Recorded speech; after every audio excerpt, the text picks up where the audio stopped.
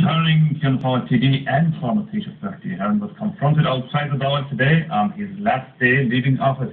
Have a listen to this. After 34 years here, virtually every day of my life it is again. Will you miss it?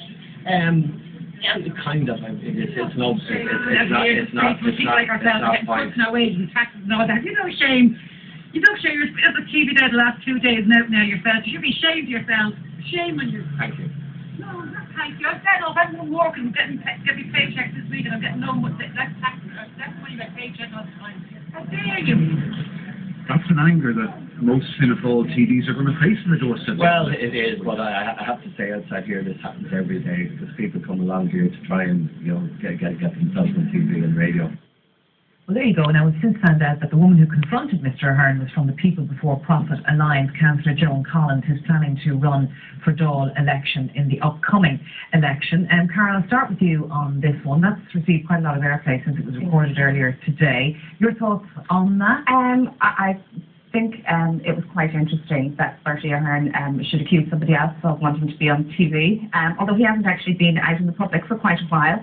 I think actually Joan Collins actually has been a media performer in the last few months, so she certainly wasn't looking for extra publicity. I think she was just trying to say to him, today is the day when most people are getting their new wage packets with so much more money cut out, and there's so many people really struggling. But she said afterwards, when she was speaking to journalists, that she became annoyed because she thought that Bertie Ahern was being smug in the interview that she was listening to when he was giving it outside Leinster House. Oh, well, she must have been talking about the Bertie Buzz.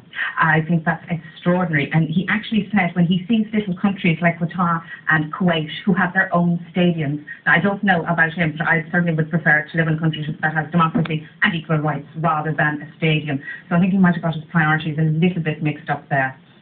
Eddie, was it Bertie Ahern trying to have an answer for everything? I would say that the one man who's absolutely horrified at that clip from Bertie is Micheál Martin.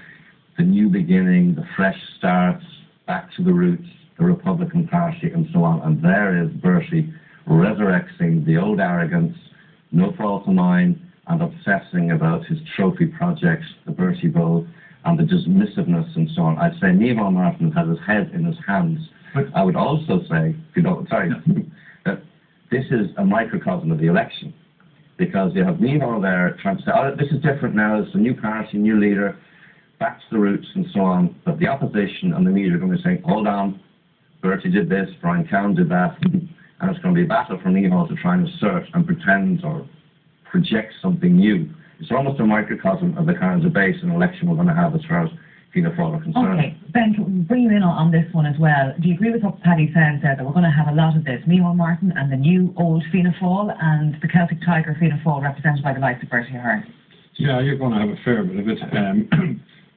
Alone by having Micheál as leader of Fianna Fáil, you're still keeping the connection of what's been happening in this country over the last 10 years. So obviously there's going to be a lot of debate, and whether Micheál likes it or not, he won't be able to get away from it. How do you think Bertie dealt with that woman today? Well, I'll tell you what I thought when I heard it. I thought Bertie was cunning, and I would be even on my alert 10 times more after seeing what happened to Andy Gray.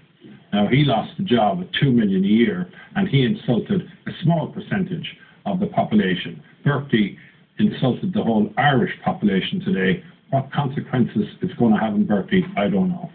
Carol, will Micheál Martin not say, okay, that's Bertie Ahern, that's the old Fianna Fáil, he's gone, okay, and the new Fianna Fáil is coming, that's why you should vote for us. That's what he's probably going to be saying. Micheál Martin, absolutely. I think he's trying to do a Nick Clegg on it with his whole thing about his three-way debate.